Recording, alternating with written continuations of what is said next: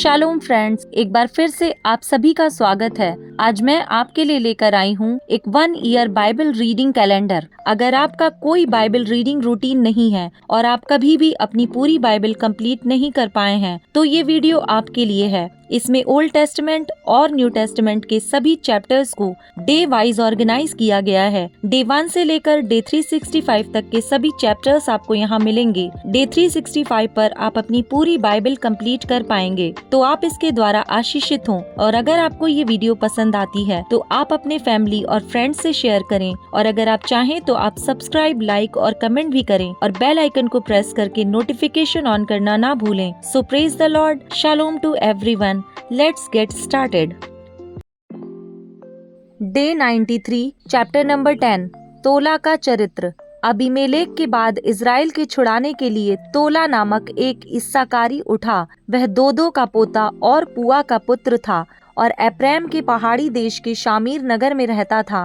वह 23 वर्ष तक इजराइल का न्याय करता रहा, तब मर गया और उसको शामीर में मिट्टी दी गई। याईर का चरित्र।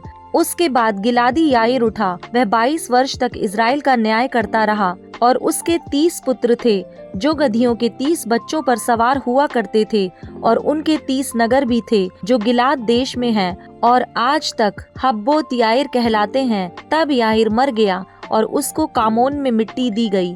यिप्तह का चरित्र। तब इजराइलियों ने यहोवा की दृष्टि में बुरा किया, अर्थात बाल देवताओं और अश्तोरेत देवियों और अराम, सीदोन, मोआब, अम्मोनियों और फिलिश्तियों के देवताओं की उपासना करने लगे और यहोवा को त्याग दिया और उसकी उपासना ना की।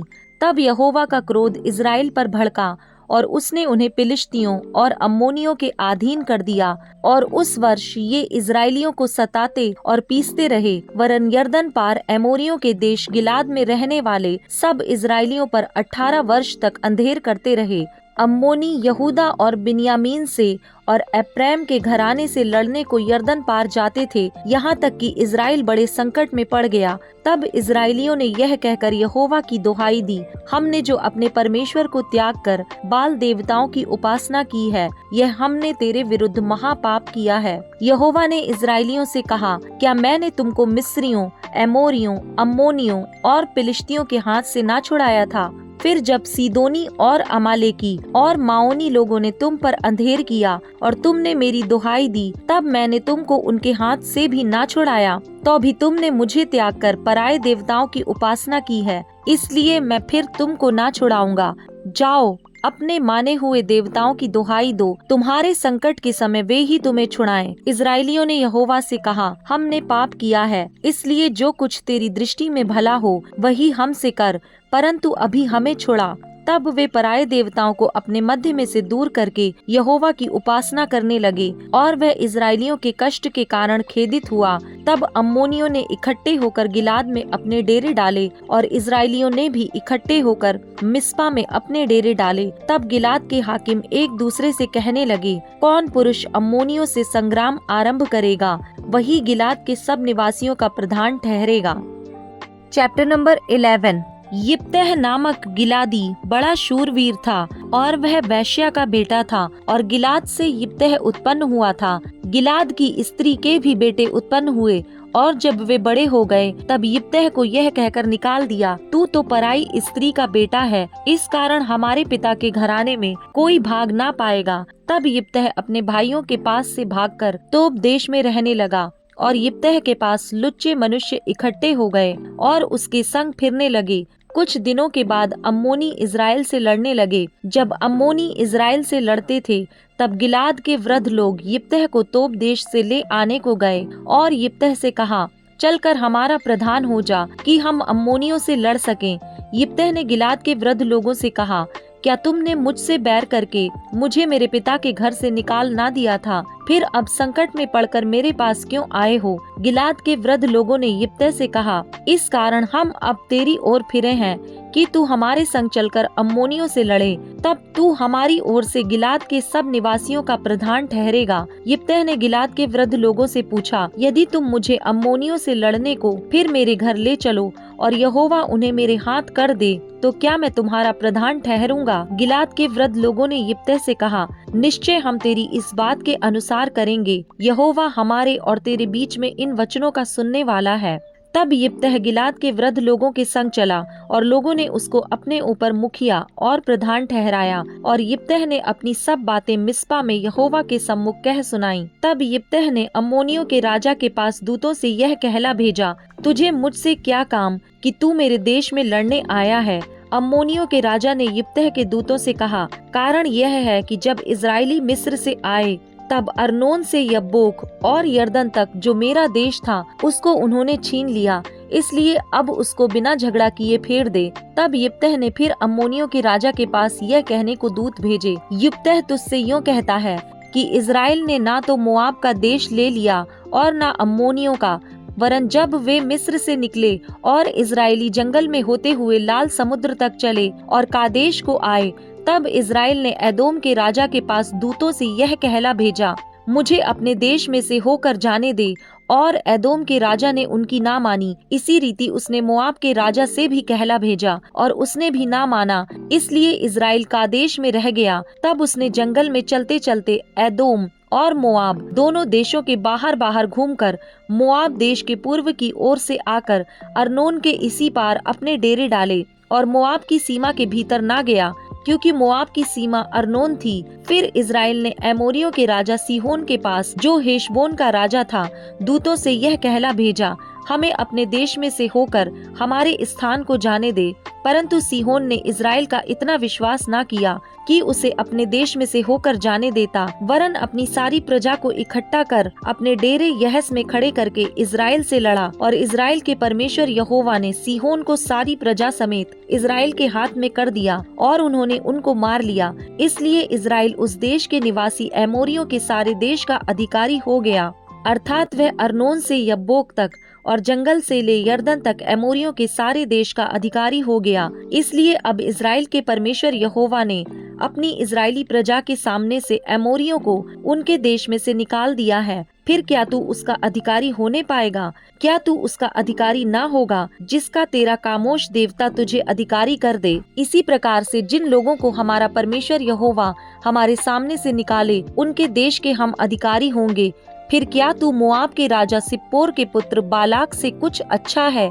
क्या उसने कभी इजराइलियों से कुछ भी झगड़ा किया? क्या वह उनसे कभी लड़ा? जबकि इजराइल हेशबोन और उसके गांवों में और अरोएर और उसके गांवों में और अर्नोन के किनारे के सब नगरों में 300 वर्ष से बसा है, तो इतने दिनों में तुम लोगों ने उसको क्यों नहीं छुड़ा लिया? मैंने तेरा अपराध नहीं किया, तू ही मुझसे युद्ध छेड़कर बुरा व्यवहार करता है। इसलिए यहोवा जो न्यायी है, वह इजराइलियों और अम्मोनियों के बीच में आज न्याय करे।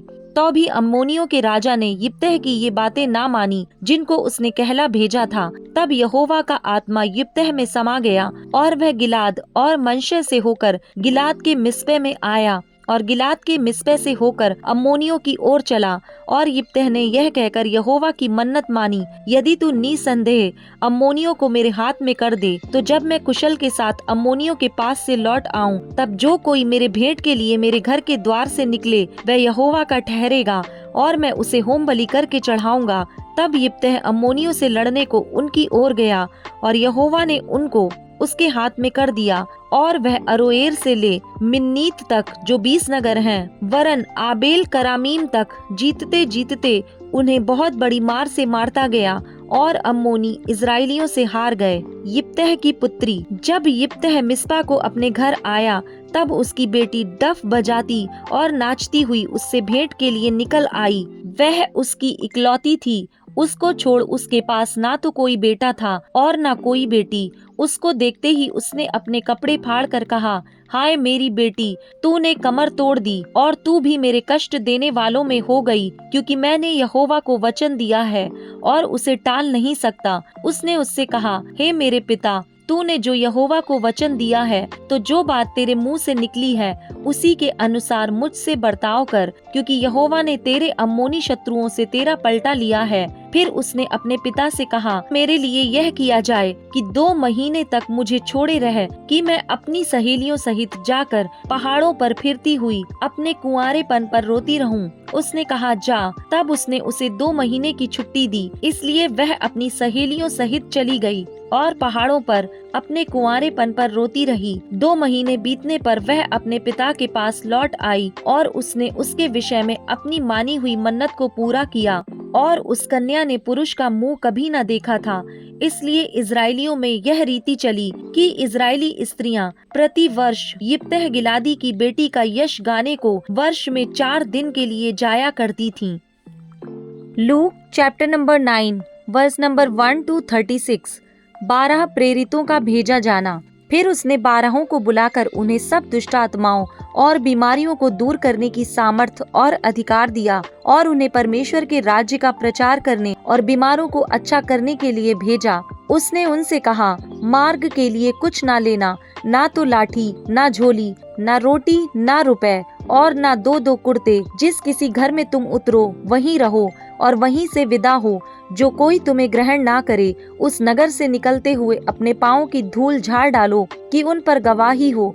अतः वे निकलकर गांव-गांव सुसमाचार सुनाते और हर कहीं लोगों को चंगा करते हुए फिरे।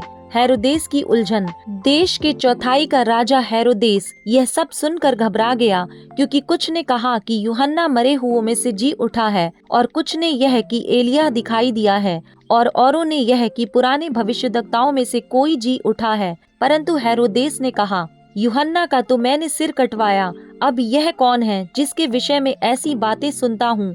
और उसने उसे देखने की इच्छा की। 5000 पुरुषों को खिलाना। फिर प्रेरितों ने लौटकर जो कुछ उन्होंने किया था उसको बता दिया, और वह उन्हें अलग करके बैतसैदा नामक नगर को ले गया। यह जानकर भीड़ उसके पीछे हो ली, और वह आनंद के साथ उनसे मिला और उनसे परमेश्वर के राज्य की बातें करने लगा, और जो चंगा होना चाहते थे उन्हें चंगा किया। जब दिन ढलने लगा तो 12 ने आकर उससे कहा, भीड़ को विदा कर कि चारों ओर के गांवों और बस्तियों में जाकर टिकें और भोजन का उपाय करें, क्योंकि हम यहाँ सुनसान जगह में हैं। उसने उनसे कहा, तुम ही उन्हें खाने को दो। उन्होंने कहा, हमारे पास 5 रोटी और 2 मछलियों को छोड़ और कुछ नहीं, परंतु हाँ, यदि हम जाकर इन सब लोगों के लिए भोजन मोल लें तो हो सकता है। वे लोग तो 5000 पुरुषों के लगभग थे। तब उसने अपने चेलों से कहा, उन्हें 50-50 करके पाती-पाती बैठा दो। उन्होंने ऐसा ही किया और सबको बैठा दिया। तब उसने वे 5 रोटियां और 2 मछलियां लीं और स्वर्ग की ओर देखकर धन्यवाद किया और तोड़-तोड़ कर चेलों को देता गया कि लोगों को परोसे। तब सब खाकर तृप्त हुए, और चेलों ने बचे हुए टुकड़ों से 12 टोकरियां भरकर उठाईं। पतरस का यीशु को मसीह स्वीकार करना।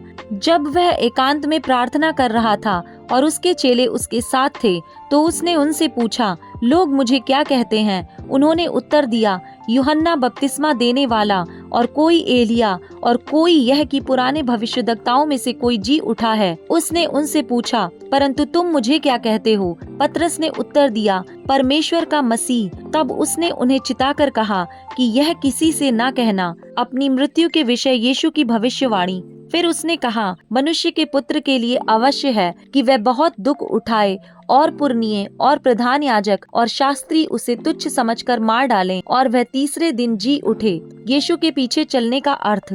उसने सबसे कहा, यदि कोई मेरे पीछे आना चाहे तो अपने आपे से इनकार करे और प्रतिदिन अपना क्रूस उठाए हुए मेरे पीछे हो ले। क्योंकि जो कोई अपना प्राण बचाना चाहेगा वह उसे खोएगा, परंतु जो कोई मेरे लिए अपना प्राण खोएगा वही उसे बचाएगा। यदि मनुष्य सारे जगत को प्राप्त करे और अपना प्राण खो दे या उसकी हानि उठाए तो उसे क्या लाभ होगा? जो कोई मुझसे और मेरी बातों से लजाएगा, मनुष्य का पुत्र भी जब अपनी और अपने पिता की और पवित्र स्वर्गदूतों की महिमा सहित आएगा तो उससे लजाएगा। मैं तुमसे सच कहता हूँ कि जो यहाँ खड़े हैं उनमें से कुछ ऐसे हैं कि जब तक परमेश्वर का राज्य ना देख लें तब तक मृत्यु का स्वाद ना चखेंगे। यीशु का रूपांतर। इन बातों के कोई 8 दिन बाद वह पतरस, यूहन्ना और याकूब को साथ लेकर प्रार्थना करने के लिए पहाड़ पर गया। जब वह प्रार्थना कर ही रहा था तो उसके चेहरे का रूप बदल गया और उसका वस्त्र श्वेत होकर चमकने लगा। और देखो, मूसा और एलिय्याह, ये 2 पुरुष उसके साथ बातें कर रहे थे। ये महिमा सहित दिखाई दिए और उसके मरने की चर्चा कर रहे थे जो यरूशलेम में होने वाला था। पतरस और उसके साथी नींद से भरे थे और जब अच्छी तरह सचेत हुए तो उसकी महिमा और उन 2 पुरुषों को जो उसके साथ खड़े थे देखा। जब वे उसके पास से जाने लगे तो पतरस ने यीशु से कहा, हे स्वामी, हमारा यहाँ रहना भला है। अतः हम 3 मंडप बनाएं, एक तेरे लिए, एक मूसा के लिए और एक एलिय्याह के लिए। वह जानता न था कि क्या कह रहा है। वह यह कह ही रहा था कि एक बादल ने आकर उन्हें छा लिया और जब वे उस बादल से घिरने लगे तो डर गए। तब उस बादल में से यह शब्द निकला, यह मेरा पुत्र और मेरा चुना हुआ है, इसकी सुनो। यह शब्द होते ही यीशु अकेला पाया गया और वे चुप रहे और जो कुछ देखा था उसकी कोई बात उन दिनों में किसी से ना कही।